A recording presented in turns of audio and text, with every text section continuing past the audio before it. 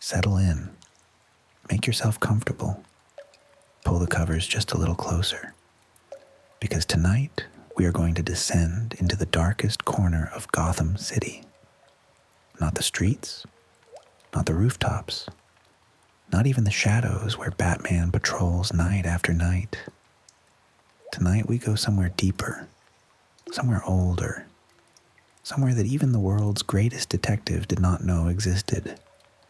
Tonight, we explore the Court of Owls, a secret society so ancient, so deeply woven into the very foundations of Gotham, that their history predates the city itself.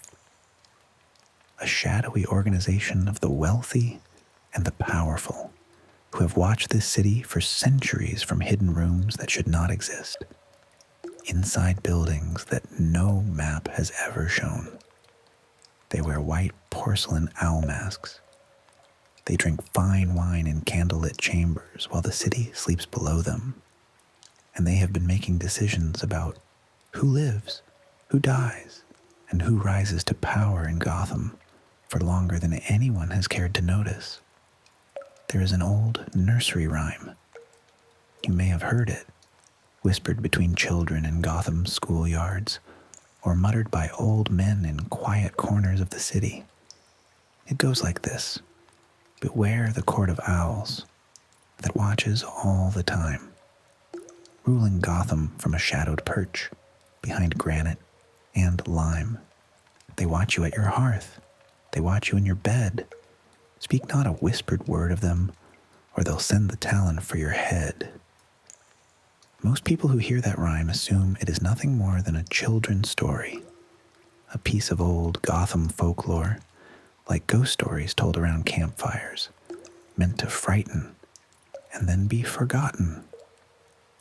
Batman himself, who knows every dark corner of this city, who has cataloged every criminal organization, every shadow network, every underground conspiracy, even he believed the Court of Owls was nothing more than a myth.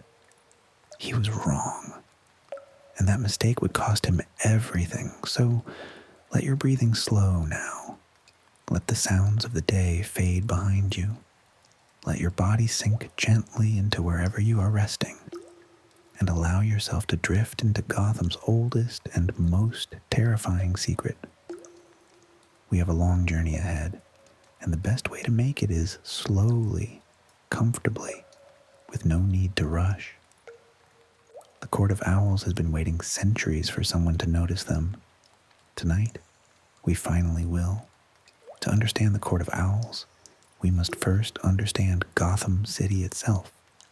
Not the Gotham of police sirens and neon lights and Batman gliding between skyscrapers. The old Gotham. The Gotham that existed before any of that. The Gotham of cold stone and candlelight, and powerful men in dark rooms making decisions that would shape everything that came after. Gotham City was built on ambition and secrets. From its very earliest days as a settlement, the city attracted a particular kind of person. Wealthy, educated, ruthless in their pursuit of power, and deeply committed to the idea that some people were simply meant to rule, while others were simply meant to be ruled. These were the founding families of Gotham, and among them, the most powerful, the most secretive, and the most enduring were the ones who would eventually become what we know as the Court of Owls. The exact moment of the court's formation is lost to history, deliberately so.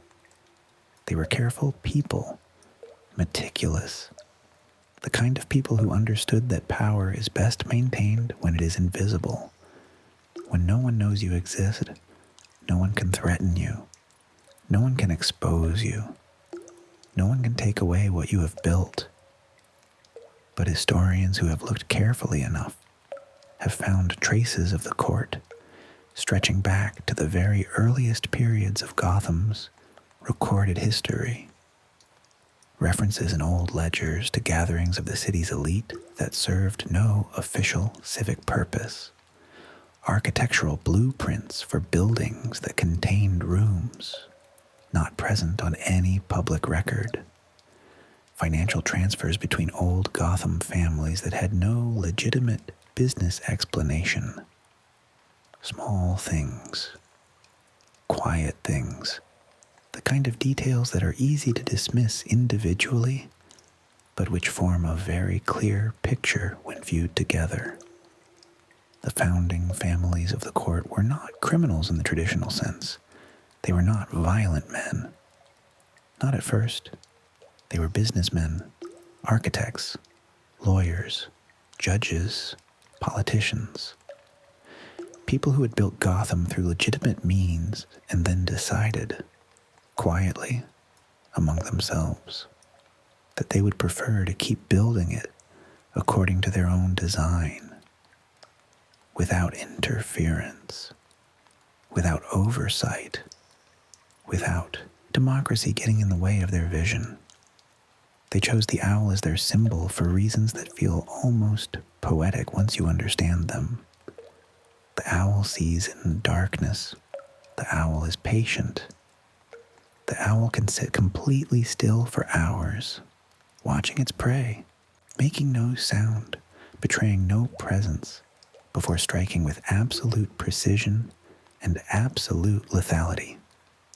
These were qualities the founding members of the court admired deeply: patience, silence, invisibility, and when necessary, the swift and total elimination of anything that threatened their domain.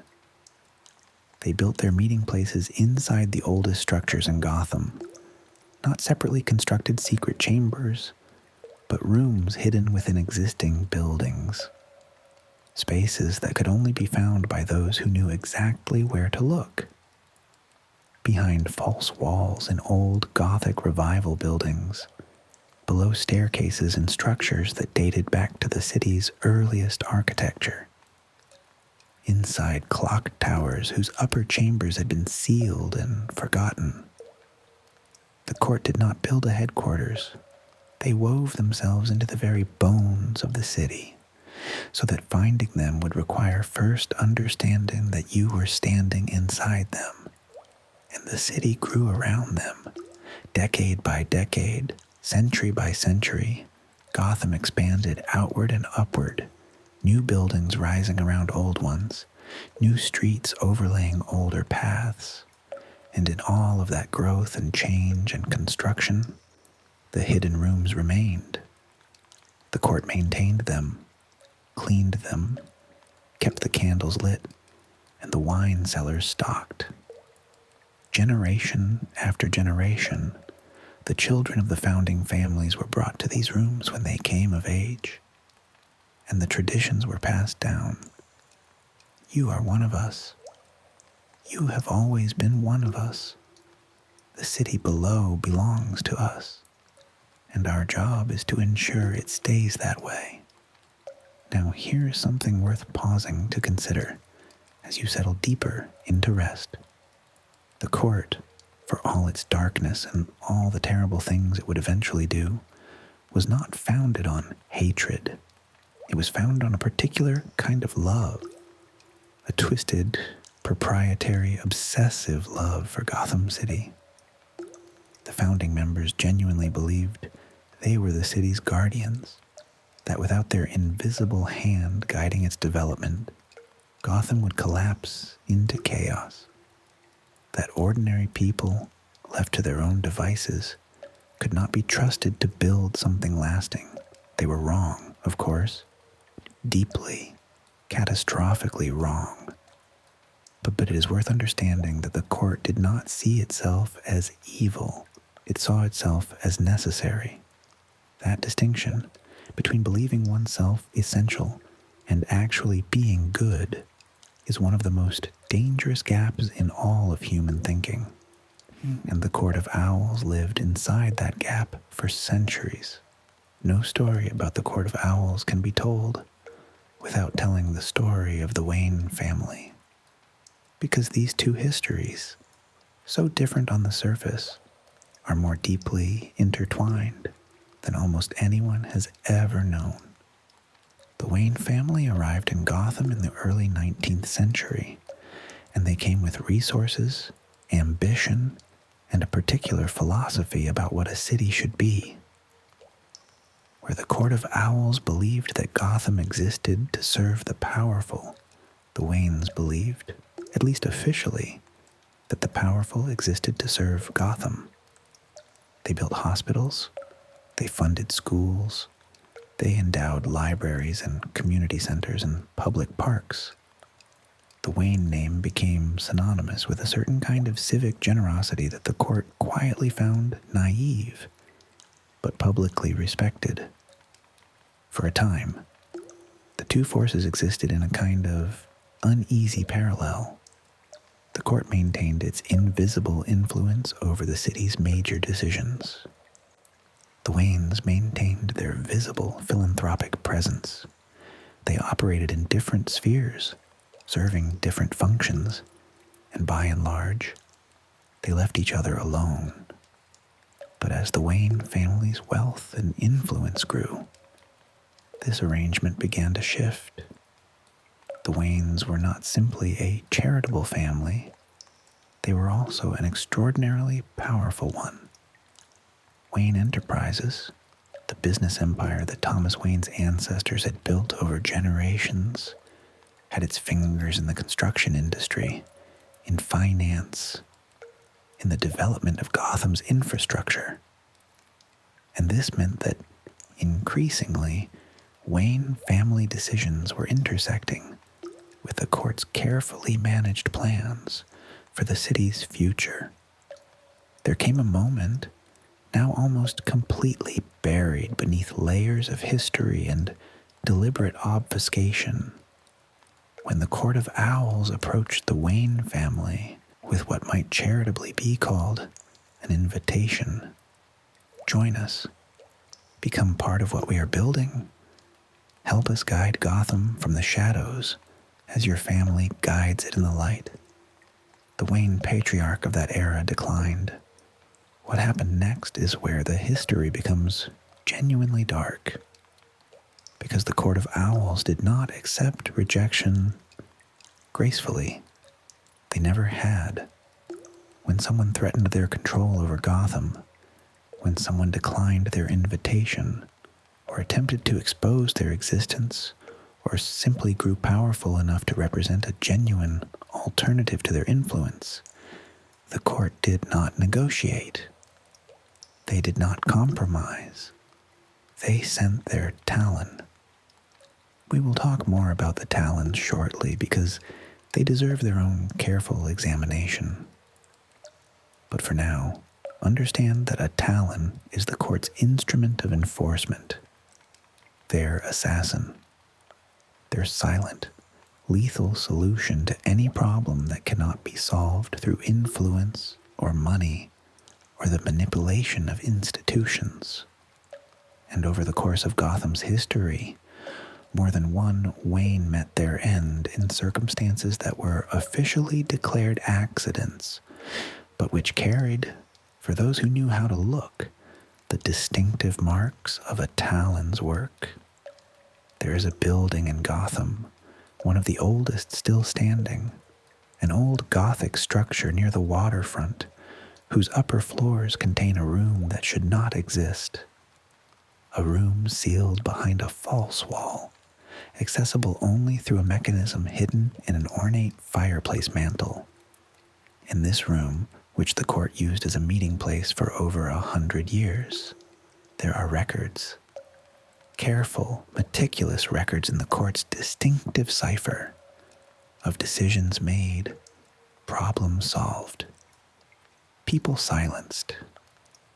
And among those records are references to interventions regarding Wayne family members who had, at various points, grown inconvenient to the court's plans. This is the context into which Bruce Wayne was born, not simply as a wealthy child in a wealthy family, but as the heir to a lineage that had been in quiet conflict with the Court of Owls for generations, without ever fully knowing it. Thomas Wayne, Bruce's father, was a brilliant surgeon and a passionate advocate for Gotham's most vulnerable citizens. He built the Thomas Wayne Medical Center. He funded research into diseases that primarily affected Gotham's poorest neighborhoods. He was, by any reasonable measure, one of the genuinely good people that Gotham has ever produced, and the Court of Owls had been watching him carefully. What Thomas Wayne knew, and what he was planning to do about what he knew, remains one of the great unanswered questions in Bruce Wayne's understanding of his own history. There are fragments, suggestions in old records that Thomas had begun to notice things, patterns in Gotham's development that did not have innocent explanations, connections between powerful families that seemed to serve no legitimate purpose. Whether Thomas Wayne was actively investigating the court or simply beginning to notice the edges of their shadow will never be fully known, because on a cold night in Crime Alley, Thomas Wayne and his wife Martha were murdered by a mugger named Joe Chill, or so the official story goes. The question that will haunt Bruce Wayne once he finally discovers the court exists is one that carries enormous weight. Was his parents' murder a random act of street crime? Or was it something else? Was Joe Chill truly an opportunistic mugger who happened to be in the wrong alley at the wrong time? Or was he something more deliberate? Was a Talon involved? Did the court finally decide that Thomas Wayne had grown too close to the truth and arrange for his elimination in a way that would look like ordinary Gotham violence? Bruce will spend time unable to find a definitive answer to this question. The records are too old, too carefully obscured. The court's involvement, if there was involvement, was covered with the same meticulous care that they applied to everything. And perhaps that uncertainty is the most disturbing part of all, because it means that the greatest tragedy of Bruce Wayne's life, the event that made him Batman, the wound that never healed and never will, may have been engineered by the same organization that he spent years not believing existed. Sit with that for a moment. Let it sink into the quiet. A boy who became a vigilante to fight injustice, who dedicated his entire life to protecting the innocent, whose whole identity was built on the ruins of a single terrible night, and the possibility that the architects of that night were not random crime, but an organization that considered themselves the true owners of the city he swore to protect. The Court of Owls did not make Batman, but they may have made the night that made Batman. The difference is both everything and nothing. Every great power has its enforcers. Every shadow organization that has ever existed has needed people willing to do the things that shadows require. The Court of Owls, refined and aristocratic and thoroughly invested in the appearance of civilization, was no different. And their answer to this need was perhaps the most unsettling aspect of everything about them: the Talons. To understand what a Talon is, you first need to understand how the court selected them. They did not recruit mercenaries. They did not hire assassins from criminal networks or approach experienced killers with offers of payment. That would have been far too ordinary for the court's tastes, far too easy to trace, far too vulnerable to the kind of exposure that ordinary criminal enterprises eventually face. Instead, the court looked to Gotham's entertainment world, specifically to its circus performers. For generations, a traveling circus had made regular appearances in Gotham. It is the same circus, in fact, that would eventually employ the Grayson family, whose tragedy would later transform a young acrobat named Dick into Robin. But long before the Graysons, long before any of the modern era's connection to that circus, the Court of Owls had been watching it closely.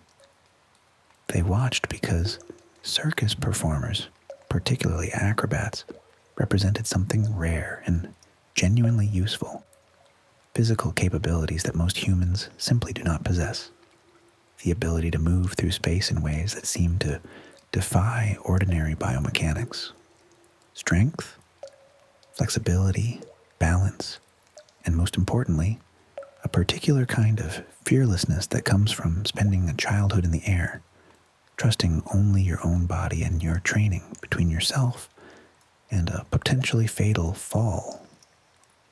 The court's talent scouts, and they had them, attending performances and assessing candidates with the same methodical care they applied to everything else. They were looking for specific qualities, not just physical ability, though that was essential. They were looking for young performers with a particular combination of factors: outstanding natural talent, a certain psychological disposition that would respond well to rigorous conditioning, and crucially, a social situation that made them available. Performers without strong family connections, children who were already somewhat isolated, people who could disappear from one life and be absorbed into another without anyone asking too many difficult questions. When they found a suitable candidate, the court made their approach carefully, sometimes through direct recruitment, offering resources and training that the circus could never provide, sometimes through less transparent means. The details varied. The outcome was always the same. A young, extraordinarily talented individual was removed from their ordinary life and taken into the court's custody, where their education would begin. And what an education it was. The training that the court subjected their talents to was, by any honest description, a form of psychological and physical transformation that went far beyond the development of skills. A talent was not simply trained to fight, though their combat abilities would eventually surpass almost anyone alive. A talent was rebuilt from the ground up. Their identity, their sense of self, their loyalties and values and personal history were systematically dismantled and replaced with something the court could use. The physical training was extraordinary and relentless. Masters of every relevant discipline were brought to the court's hidden facilities to work with the developing talent. Blade work, hand-to-hand combat, stealth and infiltration, climbing and movement through environments that would defeat an ordinary person.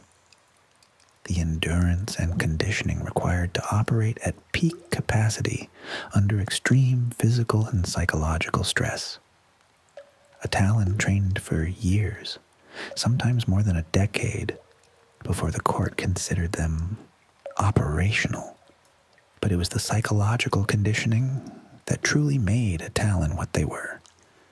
The court did not want a mercenary who might question orders or hold back at a crucial moment or decide their own judgment was superior to their master's commands. They wanted something closer to a perfect instrument, loyal beyond ordinary loyalty, capable of violence without ordinary hesitation, entirely committed to the court's interests as the only interests that mattered. Now here, in the quiet of this late hour, we should acknowledge something honest about this. What the court did to their Talons was a profound and sustained violation of another human being. The people who became Talons were, in most cases, young and vulnerable when the court found them. They did not fully understand what they were agreeing to. The life they were trained into was not a life they would have chosen with full knowledge and genuine freedom. The court convinced themselves that they were offering exceptional individuals the gift of purpose and excellence. In reality, they were taking human beings and making them into weapons. The most famous Talon, the one whose story is most central to the court's conflict with Batman, was a man named William Cobb. And William Cobb's history is worth telling in some detail because it illuminates something important about the tragedy at the heart of the Talon program. William Cobb was born into Gotham's working class in the early 20th century. His family performed in the same circus that the court had long observed, and from early childhood, it was clear that William possessed extraordinary natural ability. He moved through the air with a grace that seemed almost supernatural. He was clever and observant and possessed of a physical fearlessness that drew attention wherever he performed. The court noticed him, and the court made their approach. For William, the offer must have seemed extraordinary. He came from a world of financial uncertainty and physical danger, performing for meager wages, watching his family struggle. The court offered him resources, training, purpose, a place in something larger and more significant than anything his ordinary life could have provided. He said yes. He became a Talon. What William Cobb did not know, could not have known, was the full extent of what the court planned for him, or the question of whether he would ever truly be allowed to leave. A Talon served the court while they were capable of serving.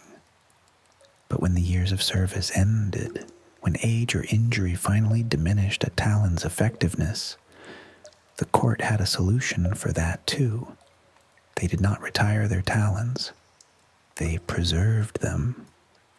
Through a chemical compound derived from a metal called electrum, which the court had discovered and developed over generations of experimentation, a Talon could be put into a state of suspended animation. Not death, not quite life, something in between. Their bodies maintained in hidden chambers, ready to be reactivated when the court needed them again. The electrum compound essentially paused biological decay, preserving the Talon's physical capabilities indefinitely, so that when they were brought back, they were not diminished by the years that had passed. This discovery, this ability to create what were essentially immortal assassins who could be stored and deployed as needed, transformed the court's power in ways that are difficult to fully appreciate. Because it meant that when Bruce Wayne finally confronted the Court of Owls, he was not simply facing the current generation of their organization. He was facing something that had been accumulating power and Talons for centuries. The chambers hidden throughout Gotham's oldest buildings were not empty. They were full of preserved warriors, each one trained to the absolute peak of human capability, each one waiting for the signal that would wake them and send them out to serve their ancient masters. William Cobb would eventually become the Talon assigned to deal with Dick Grayson, who the court had identified as someone they had long planned to recruit. Someone who, in their view, should have been theirs. His story and his complex, tragic connection to the young man he was sent to eliminate is one of the most human threads in the court's otherwise very inhuman history. But that thread must wait a little longer. First, we need to understand the labyrinth. Every myth needs its underworld. Every story of hidden power needs its deepest, darkest place. where the full weight of what that power means finally becomes impossible to ignore. For the Court of Owls, that place was the Labyrinth. The Labyrinth was not a single location. It was a network of tunnels and chambers running beneath several of Gotham's oldest structures, connecting the court's various hidden rooms through underground passages that had been constructed, expanded, and modified over more than a century of careful, secret work. It had no official name. The court's own records referred to it simply as the Deep Place, or occasionally as the True Gotham, a phrase that said everything about how the court understood their relationship to the city above. To be brought into the Labyrinth was, for anyone outside the court's inner circle, a death sentence with extra steps. The court did not bring people into the Labyrinth to negotiate or reason with them. They brought people into the Labyrinth when they wanted to break them, when they wanted to make absolutely certain that someone understood in the most visceral and complete way possible that the Court of Owls was real, was ancient, and was beyond anyone's capacity to fight or escape or expose. The experience of the Labyrinth was designed to disorient, not simply to confuse, though it certainly achieved that, but to disorient in a deeper sense, to remove a person's confidence in their own perceptions and judgments, to make them question not just where they were, but what they knew, what they believed, whether the version of the world they carried in their mind bore any resemblance to the world that actually existed. The passages shifted in ways that seemed to defy simple geometry. They doubled back on themselves. They connected to chambers that appeared identical from multiple directions. There was no natural light. The only illumination came from the court's own carefully placed sources, candles in some chambers, chemical lights in others, arranged not for the comfort of anyone navigating the space, but for the court's preferred aesthetics. The air carried a quality that seemed to affect perception over time, some combination of the enclosed space, the psychological pressure, and chemical compounds that the court introduced into the ventilation, which gradually wore away at the rational mind's insistence on maintaining its footing. Food and water, when provided at all, were delivered on a schedule designed to disrupt the body's natural rhythms. Sleep was made difficult by unpredictable sounds, changes in light, and the ambient anxiety of existing in a place with no visible exits. The court was not crude. They did not simply torture people in the Labyrinth, at least not initially. They eroded them, slowly, methodically, with a patience that their centuries of existence had given them in abundance. For Batman, the Labyrinth would become the site of the most complete defeat of his career. Not simply a physical defeat, though the physical elements were severe enough, but a psychological unraveling that would push him closer to his actual limits than almost anything he had experienced before. And understanding how that happened requires understanding something fundamental about Bruce Wayne that the court had grasped more clearly than almost anyone. Bruce Wayne is a man who operates on certainty. He has built his entire approach to crime fighting, his entire identity as Batman, on the bedrock assumption that he can know things, that through sufficient intelligence, preparation, and analysis, he can understand any situation and develop an effective response to it. He is the world's greatest detective not simply because he is clever, but because he believes, deeply and functionally, that the world is knowable, that patterns exist and can be identified, That truth, however hidden, can be found by someone willing to look carefully enough. The Court of Owls attacked this assumption directly. By placing him in the labyrinth, they were not simply imprisoning him. They were confronting him with evidence that contradicted his most fundamental operating belief.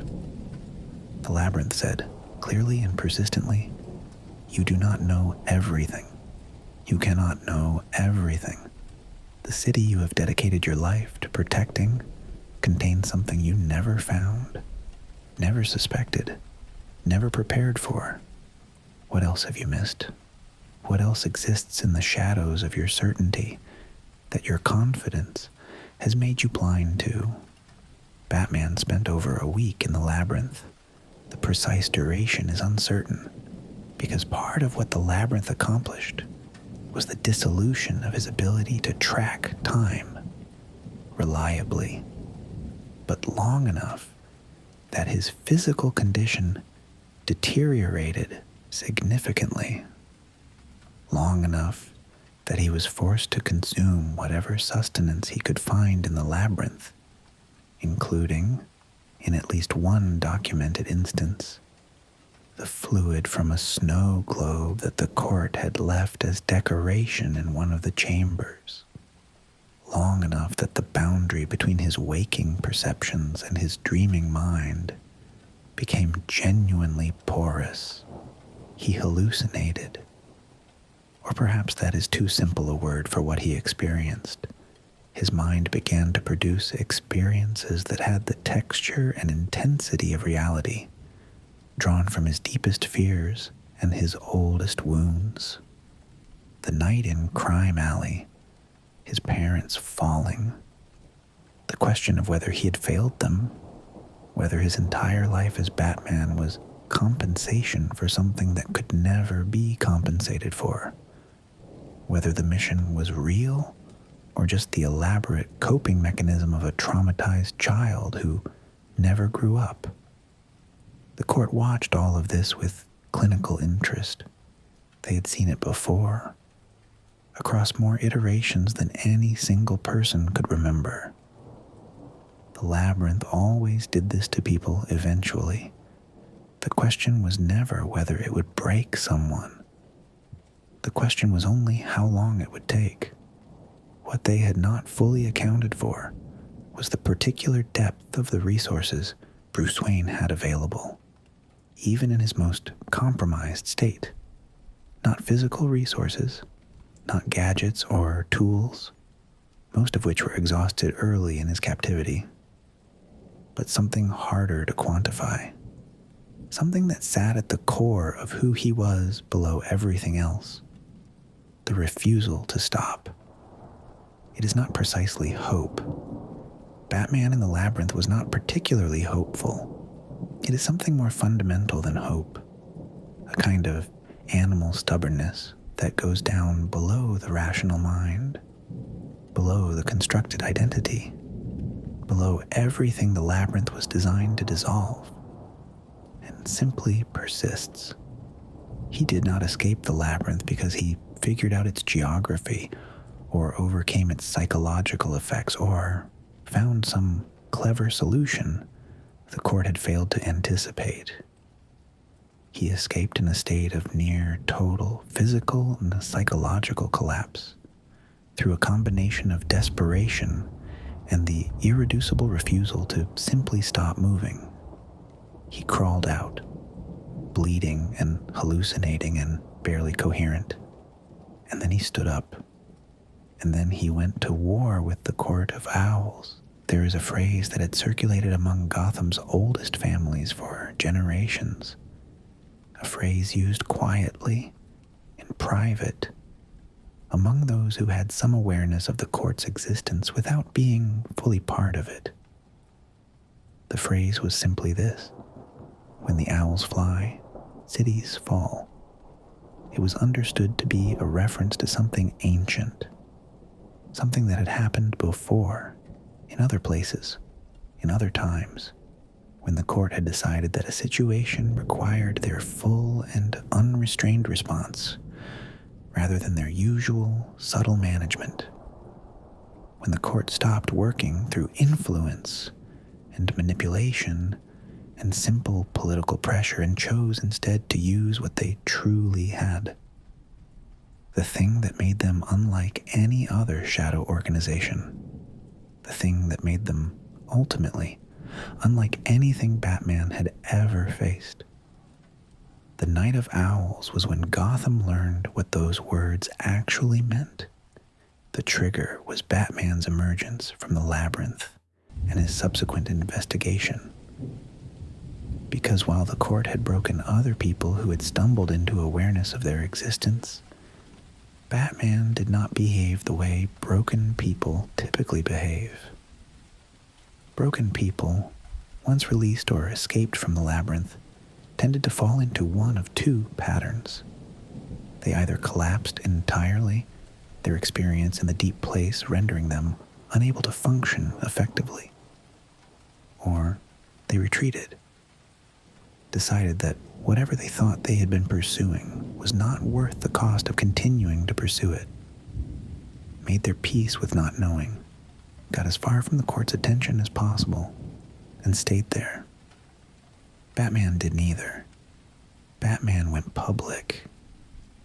In the most carefully limited sense of that word, meaning public within the network of allies and law enforcement contacts he had cultivated over years.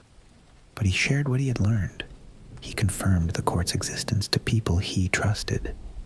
He began gathering evidence in ways that were, from the court's perspective, dangerously systematic.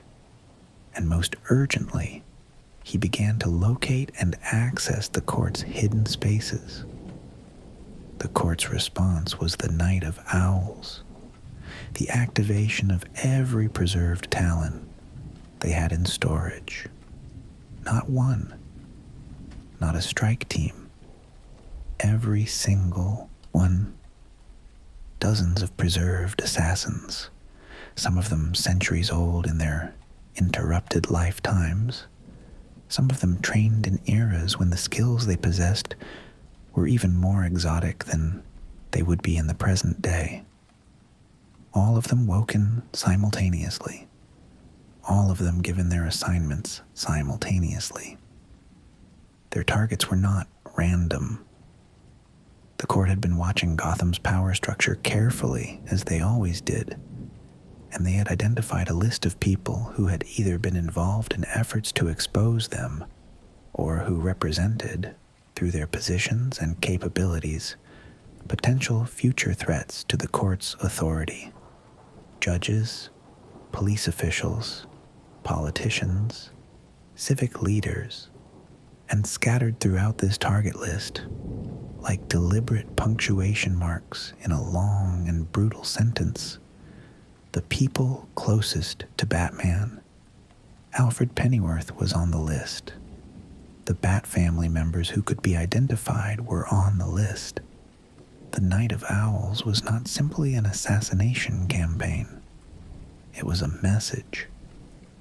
The court had always preferred to operate invisibly, to achieve their goals without anyone outside their membership being aware of their existence. But there were moments, rare but decisive, when they determined that invisibility was less valuable than demonstration, when they needed the people who might threaten them to understand, viscerally and completely, that the threat was not mutual, that what the court could do exceeded anything that could be done to the court. What happened that night is best understood as organized chaos. Multiple Talons moving through Gotham simultaneously, each on their specific assignment, each operating with the particular combination of grace and lethality that their extraordinary training produced. The police were overwhelmed immediately. Their response time and tactical capacity were completely inadequate to a simultaneous multi-target attack by opponents who possessed capabilities far beyond those of ordinary criminals. Batman coordinated the response from the Batcave, which had itself come under attack and had to be defended, while he simultaneously managed the wider crisis. The communication between him and his various allies during those hours was extraordinary in its efficiency and in what it revealed about how deeply Batman had prepared for large-scale coordinated threats. Even if he had not specifically prepared for this one, individual Talons were confronted across the city, some by Batman directly, some by Robin, some by Nightwing, some by Red Robin or Red Hood or Batgirl. Each member of the extended family finding themselves suddenly and unexpectedly engaged with an opponent whose capabilities required everything they had simply to survive, let alone to neutralize. The Talons were not invulnerable. They could be stopped. But stopping them was extraordinarily difficult, and the difficulty was compounded by the electrum compound that preserved them. Injuries that would incapacitate an ordinary opponent, injuries that would have slowed even a highly trained human fighter, simply did not affect a Talon the way they should have. They kept coming. They absorbed damage that should have ended the fight and continued fighting with the same methodical, trained precision they had begun with. The key discovery that turned the Night of Owls was a physiological one. The electrum compound that preserved the Talons and made them so effective was also their vulnerability. The compound was temperature sensitive. At sufficiently low temperatures, it stopped working, and a Talon deprived of the compound's active benefits was suddenly mortal in the way they should have been all along. Cold. The solution was cold. It is almost appropriate in a story about a shadow organization that had been operating for centuries in the deep and hidden places of a city, that the thing which finally gave their opponents a genuine advantage was something as fundamental and unavoidable as temperature. All the sophistication of the court's planning, all the centuries of careful work and accumulated power, and what stopped their grand assault was a combination of human ingenuity and the simple ancient fact that cold stops things.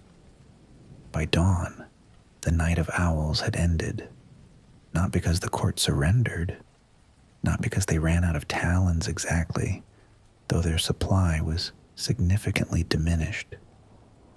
It ended because the coordinated response that Batman had organized, imperfect and costly as it was, had been sufficient to prevent the court's assassination list from being completed.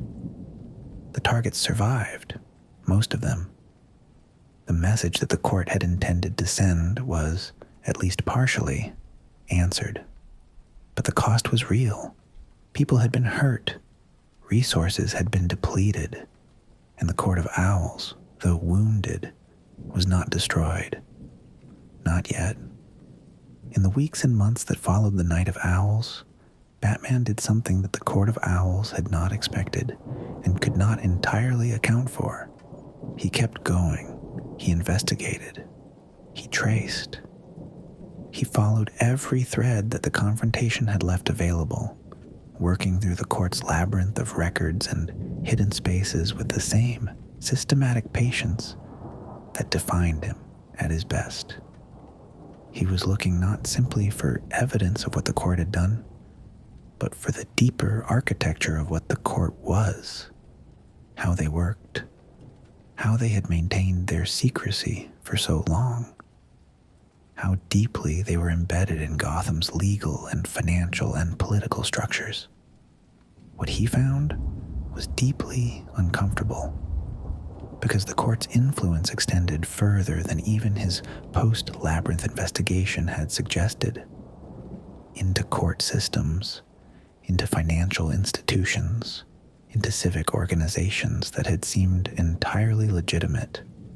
They had been building this for centuries, weaving themselves into Gotham's fabric with the patience of people who were confident that no one would look carefully enough to notice. And they were not entirely wrong. Most of their infiltration remained invisible, even after direct exposure. The question of what to do with what he found was one that Batman returned to repeatedly. The court operated largely outside any straightforward legal framework. Their crimes were diffuse, distributed across generations, insulated by time and careful structuring, the kind of accountability that courts and prosecution could provide would capture perhaps some peripheral elements while the core remained untouched, regrouped, rebuilt in the shadows. The Court of Owls was not defeated the way ordinary criminal organizations could be defeated. It was at best diminished, pushed back, made more cautious. The night of their full deployment had revealed them in ways that could not be entirely erased, and that exposure carried costs they could not immediately recover from. But an organization with centuries of accumulated resources and deeply embedded institutional influence does not simply disappear because it has suffered a setback, even a significant one, somewhere in the deepest and most hidden of Gotham's old buildings, in rooms that still do not appear on any official blueprint. The Court of Owls still meets. The white porcelain masks are still present. The fine wine is still poured. The candlelight still flickers over the faces of people who believe, as their ancestors believed centuries before them, that Gotham City belongs to them, that what they are doing is not corruption, but stewardship, that what they have built is not a criminal empire, but a heritage. They are still watching. They are still patient. They are still there. And somewhere above them, in the night air of the city they claim as their own, a dark figure moves between the shadows of buildings their ancestors built, protecting people they would consider expendable, pursuing a justice they would call naive. The nursery rhyme says to beware the Court of Owls. Batman, beware them. He faced their labyrinth and emerged. He survived their night of owls and defended his city. He looked into the oldest and darkest corner of Gotham's history and did not look away. It did not make the court disappear. It never will. Some shadows are too old and too deep to be dissolved by any single light. But it reminded Gotham and reminded the court that there are people willing to stand in those shadows without flinching. People who will keep looking, keep investigating, keep finding the threads that lead to the dark places and pulling on them, no matter how long or how hard the pulling has to be. That is what Batman does. It is what he has always done. And in the world of the Court of Owls, where patience is the primary virtue, and centuries are considered a reasonable timescale for the maintenance of power, that particular kind of stubborn, perpetual vigilance may be the only thing that matters. And so, as we come to the end of our journey through this oldest and most hidden chapter of Gotham's history, let the story settle around you like something soft and heavy. The Court of Owls existed for centuries in the spaces between the visible and the invisible, in the hidden rooms inside buildings that stood in plain sight, in the candlelit chambers beneath streets that thousands of people walked every day without knowing what lay beneath their feet. They were real, they were powerful, they were patient in ways that ordinary human ambition rarely manages, and they were afraid of a man with no powers, a man in a costume, A man who was, underneath everything, simply someone who refused to accept that the darkness of this city was stronger than the light that people carried inside themselves. There is something worth holding on to in that, as you let your mind drift now toward sleep. The largest and most entrenched forms of wrong in the world, the things that seem too big and too old and too deeply embedded to ever be moved, they are not actually invulnerable. They are maintained by the assumption that no one will look carefully enough or persist long enough to threaten them. The Court of Owls survived for centuries, not because they were unstoppable, but because no one had ever applied sufficient attention and sufficient stubbornness to the question of stopping them. Batman applied both, imperfectly, at great cost, without total success, but enough. Sometimes enough is all there is, and sometimes enough is more than sufficient. Let the image of Gotham City fade slowly in your mind now. The Gothic spires softening into darkness, the candlelit rooms going quiet, the owl masks sitting empty on their hooks, the Talons resting in their chambers, the cold having done its work, and somewhere above it all, a figure moving across rooftops in the night air, patient and watchful and entirely committed to a city that does not always deserve him. The city sleeps. Let yourself sleep with it. You have heard the rhyme. You have walked the labyrinth. You have survived the night of owls.